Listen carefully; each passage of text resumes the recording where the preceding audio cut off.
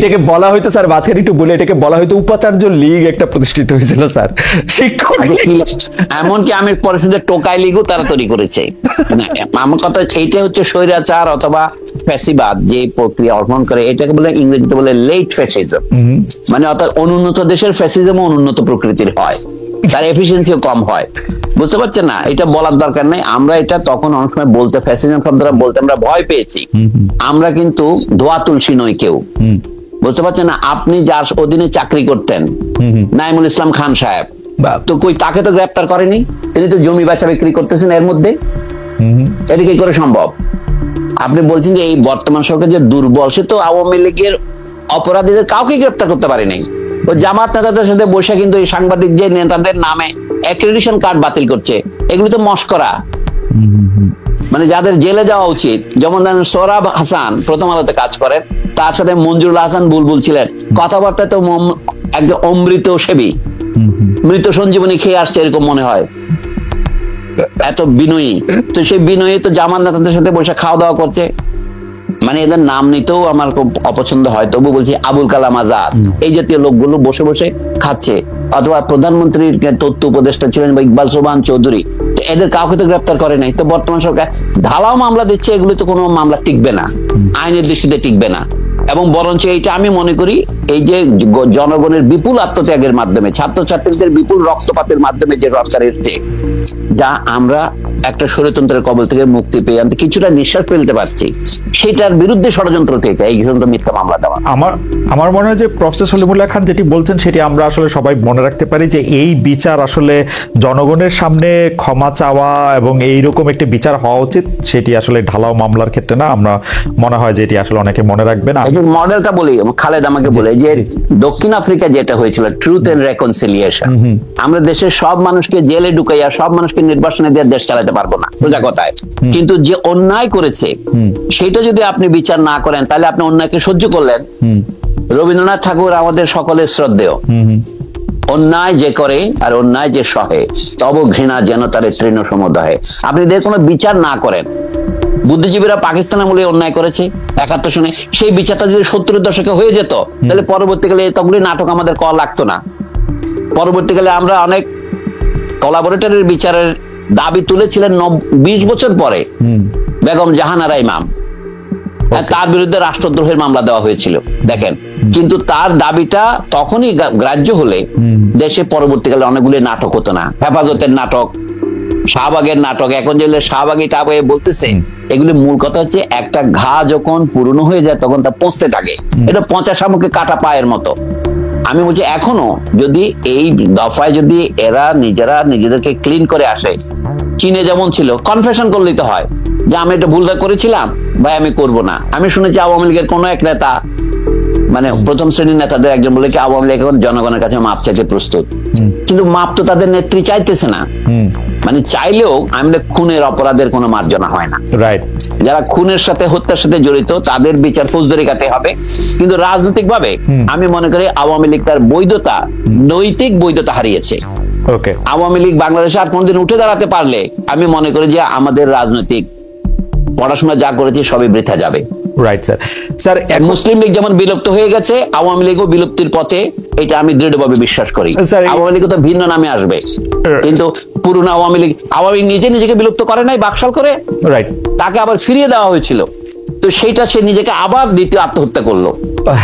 আপনার মনে পড়ে, আমি বলি আপনার মনে আছে শামসুর রহমানের প্রথম কবিতার বইয়ের নাম কি? প্রথম রৌদ্রকরটিতে প্রথম গান দ্বিতীয় মৃত্যুর আগে। রাইট, এই যে আওয়ামী লীগের দ্বিতীয় মৃত্যুর আগে এই প্রথম গান গেয়েছিলেন শেখ হাসিনা। স্যার, আপনি যেটা বলছেন যে আমি মানে সাংবাদিক, সাহিত্যিক, ক্রিকেটার, শিক্ষক বা সংস্কৃতি কর্মী যারা সরাসরি হত্যা বা ফৌজদারি অপরাধের সাথে যুক্ত নন, তারা যদি আসলে প্রকাশ্যে মাপ চাওয়ার মতো নিজেদেরকে ক্লিয়ার করে জায়গায় আসেন, সেটা কি স্যার সমাজের বা রাষ্ট্রের ব্যবস্থা করা উচিত, নিজেরা করবে? কেমনি করবে স্যার এটা, যদি কেউ এটা? আমি জানি না, আমি তো তাদের একজন। আমি বলছি যে মানুষ যেটা আশা করে যে মানুষ স্বতঃস্ফূর্তভাবে এসে যেন ক্ষমা চায়। আমি যে বাংলাদেশের জনগণের ঐতিহাসিক রেকর্ড হচ্ছে বাংলাদেশের জনগণ প্রতিশোধ পরায়ণ নন। শেখ হাসিনার বিরুদ্ধে যে সমস্ত অভিযোগ আছে তার মধ্যে একটা হচ্ছে তিনি ছিলেন ভয়ানক প্রতিশোধ পরায়ণ। আল্লাহ মালুম সত্য কোনটা আমি জানি না, তবে আমার মনে হয় বাংলাদেশের জনগণ শেখ হাসিনার মতো প্রতিশোধ পরায়ণ নন। শেখ হাসিনার প্রধান সমস্যা হচ্ছে তিনি লেখাপড়া জানতেন না, আমি দুঃখের সাথে বলছি। মানে তিনি ছিলেন এটা প্রমাণ কি, তিনি খালেদা জিয়া ম্যাট্রিক পাশ করেছে কি করে নাই এই কথাটা এতবার বলতেন যে তিনি কিভাবে পরীক্ষা পাশ করেছেন সেই পরীক্ষা থেকে তাকে জিজ্ঞাসা করে নাই। মানে তিনি যেভাবে কথা বলতেন তাতে তার মধ্যে কোনো প্রজ্ঞা আছে এটা মনে হতো না। এটা অ্যাবসলিউটলি রাইট স্যার, কিন্তু তার আশেপাশে যারা ছিলেন বড় বড় সার্টিফিকেটধারী, কারো কারো পিএইচডিও আছে, দুটো একটা দেড়টা, তারাও তো স্যার একই মানে তাকেই মনে করতেন, মানে মানে আমি জানি না, মানে তাহলে ওইটা কেমনে হলো? তারা তো স্যার একটু পড়ালেখা জানতেন, শিক্ষক, সাংবাদিক, বুদ্ধিজীবী, এরা আচ্ছা এখন বলে আচ্ছা ধরেন আমার তাদের কথা বাদ দে, আমার যে বন্ধুরা বলছেন বাংলাদেশে আমরা কি কারো প্রজা, আমাকে প্রজাতন্ত্র বলা হয় কেন? প্রজা তো কথাটা হচ্ছে ইংরেজি পাবলিক কথাটার অনুবাদ, রিপাবলিক মানে হচ্ছে থিং অফ দি পাবলিক, মানে না জনগণের মাল। আক্ষরিক রি মানে হচ্ছে ল্যাটিন কথা রেসের সংক্ষিপ্ত ফর্ম হচ্ছে আর রি। তো এখন সেটা আমাদের বন্ধুরা যারা শিক্ষিত, একটা পত্রিকার সম্পাদক, বিশ্ববিদ্যালয়ের অধ্যাপক, অবসরপ্রাপ্ত অধ্যাপক, তারা যদি এটা বোঝে না তাহলে আপনি শেখ হাসিনার চারপাশে যারা ছিলেন তাদেরকে কি অভিযোগ করবেন? না ঠিকই আছে, এই তো আমাদের গরিব দেশের অধ্যাপকরাও দ্বিতীয় শ্রেণীর অধ্যাপক। প্রথম আলোর ডেইলি স্টার সম্পর্কে যদি একটু বলতেন যে তাদের। আচ্ছা না আচ্ছা আমি বলি, প্রথম আলোর আপনি একসময় কাজ করেছেন, প্রথম আলো তো আমি কিছুদিন লিখেছি, কিন্তু গত 16 বছরে প্রথম আলো আমার কোনো লেখা ছাপায় নাই। কিন্তু আমি প্রতিশোধ পরায়ণ নই। এই প্রথম আলো এই 2008 সনে আমার শেষ লেখা চেপেছিল। 16 বছর পর এই 2024-এ আমার একটা ইন্টারভিউ তারা প্রকাশ করেছে, আমার কোনো খবরই ছাপতো না। কিন্তু তারপরেও আমি মনে করি প্রথম আলো হচ্ছে আমাদের দেশের যত পত্রিকা আছে একটা ইনস্টিটিউশন হয়ে দাঁড়িয়েছে। তার বিরুদ্ধে যারা আক্রমণ করছে এটা আমি সমর্থন করি না। কারণ আমরা সমালোচনা করবো, পত্রিকাকে পত্রিকা আকারে সমালোচনা করবো। সে যে সমস্ত ভুল করেছে সে তো নিজে আত্মসমর্পণ করে বলেছে সেগুলো। তারা গত সামরিক সরকারের সময় 2 নেত্রীকে সরে যেতেই হবে ইত্যাদি লিখেছিলেন, পরে তিনি তার ভুল উপলব্ধি করেছেন।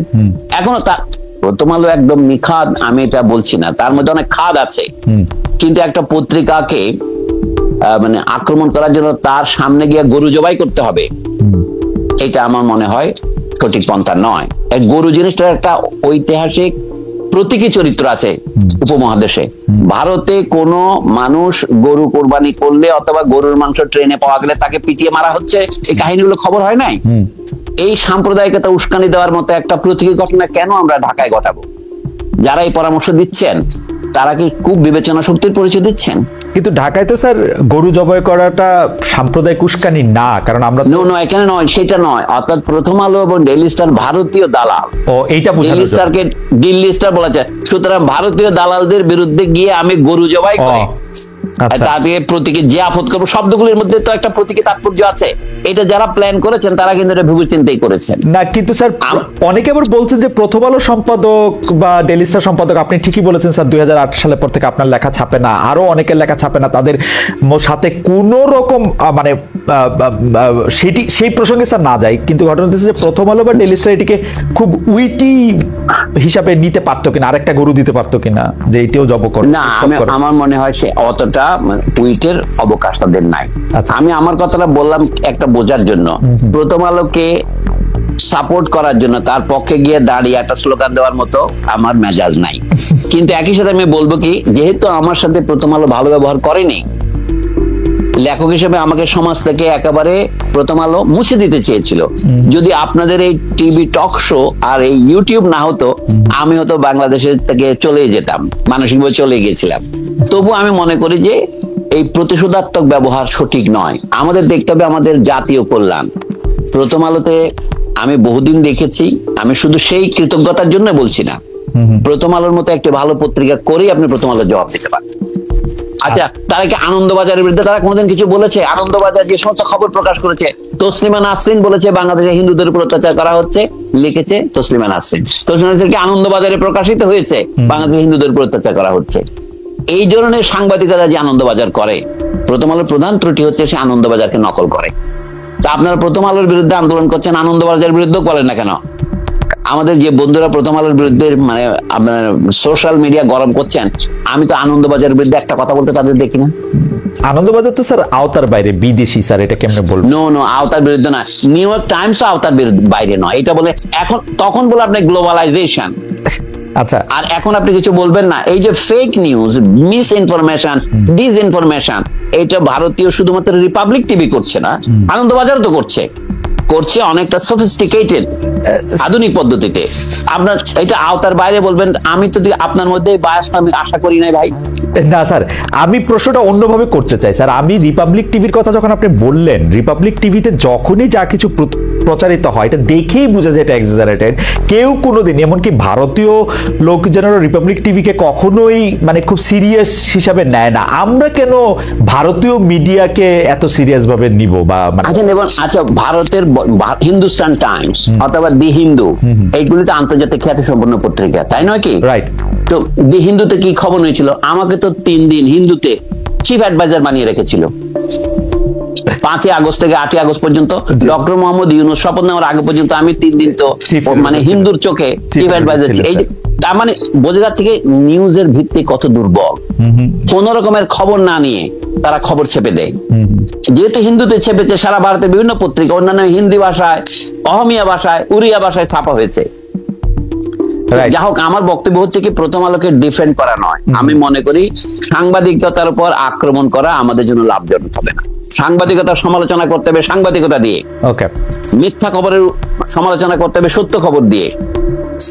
আমি বই ব্যান করার পক্ষে নয়, পত্রিকা এই যে প্রথম আলো ব্যান করতে হবে যারা বলছে, এগুলো হচ্ছে উগ্রতা, এটা সঠিক হবে না। আমি জাতির স্বার্থেই বলছি, প্রথম আলোর স্বার্থে নয়। স্যার, ওই প্রসঙ্গটা যখন আসলোই, মানে আপনি হিন্দুর একটা আর্টিকেলের কথা বললেন, যে অনেকেই দেখা গেছে যে অনেকের চাওয়া ছিল যে আপনি সরকারে থাকবেন, অন্তর্বর্তীকালীন সরকারে, আপনার নেতৃত্বে শিক্ষা সংস্কার হোক, সরকারের নিয়োগ প্রক্রিয়া সংস্কার হোক, পিএসসি সংস্কার হোক, বিশ্ববিদ্যালয় সংস্কার হোক। আসলে যতগুলি সংস্কারের ব্যাপারে আপনার কথা যতজন শুনেছে, তারা সবাই চেয়েছিল যে এইগুলির ব্যাপারে আপনার একটা প্রকাশ্য অংশগ্রহণ থাকুক। এটি কি মানে এটি নিয়ে আপনি কিছু বলবেন কিনা? যে জনগণ এটা আসলে খুব জানতে চাচ্ছে যে আপনি আমাকে অনুষ্ঠান শুরুর আগে বলছিলেন, স্যার অনুষ্ঠান আগে বলছিলেন যে আমি এত এত এত এত ফোনের মধ্যে কি দেখি এটা লোকে বলে। আমি দেখছিলাম যে লোকে কি বলে, লোকের মধ্যে একটা বড় অংশ এটি বলছে যে আপনাকে আসলে সরকারে দেখা গেল না কেন, নিলেন না কেন, থাকলেন না কেন, এরকম একটা প্রশ্ন স্যার। আচ্ছা, এখনকার যে সরকার এটা হচ্ছে আপৎকালীন সরকার, আমরা অন্তর্বর্তীকালীন বলি আর কি, তাই না? এখন এখানে প্রধান ব্যক্তি হচ্ছেন ডক্টর মোহাম্মদ ইউনূস, যার খ্যাতি জাতীয় সীমানার বাইরে ছড়িয়েছে।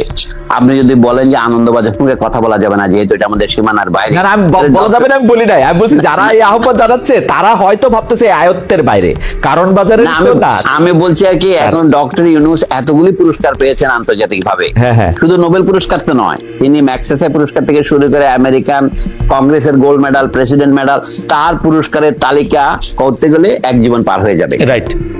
তো এই যখন আন্তর্জাতিক খ্যাতি সম্পন্ন একটা লোক এই শূন্যস্থান পূরণ করেছেন, এখন তিনি যখন প্রধান উপদেষ্টা, আমাদের দেশে আপনি জানেন প্রধানমন্ত্রী যেমন তার মন্ত্রীদের নির্বাচন করেন,